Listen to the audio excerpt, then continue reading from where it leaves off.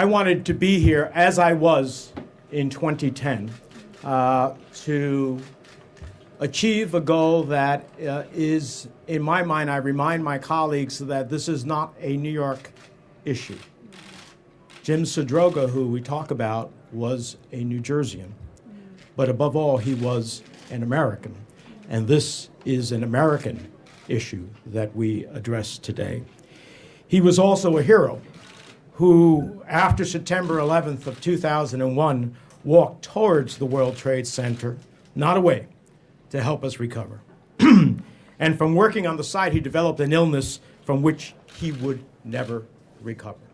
His story has been replicated, unfortunately, many times. Those who were brave enough to run towards the tragedy and then ultimately gave their lives as a result of the illnesses that they contracted. James was the first emergency responder to die directly because of health benefits from working at Ground Zero. And for years, we had pieces of legislation in Congress to right the wrong created when hundreds of emergency workers were left out of the World Trade Center emergency worker settlement.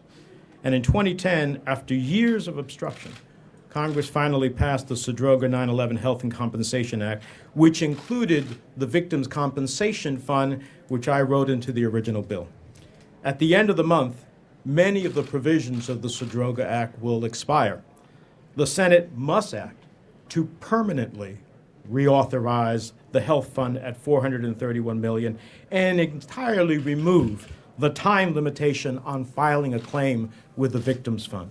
It took us 9 years. Let me repeat that, 9 years to pass the original bill. Quick authorization is the only moral thing to do.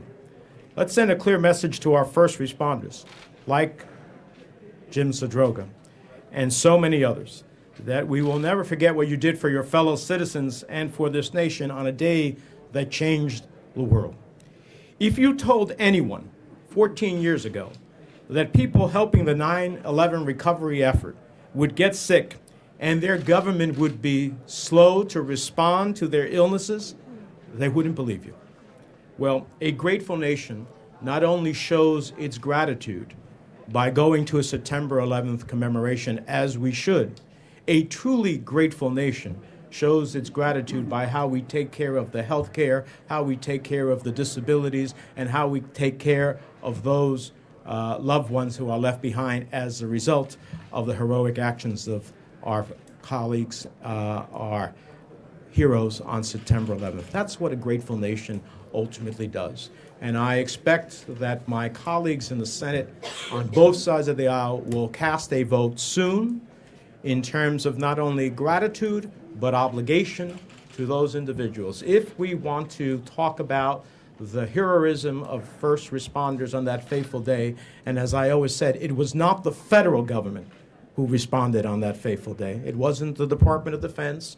It wasn't the FBI. It wasn't any of the federal agencies. It was local police, firefighters, and emergency management. That was the reality then. And to be honest with you, while we have been so successful in avoiding an attack, that will be the reality, God forbid, there is another tomorrow.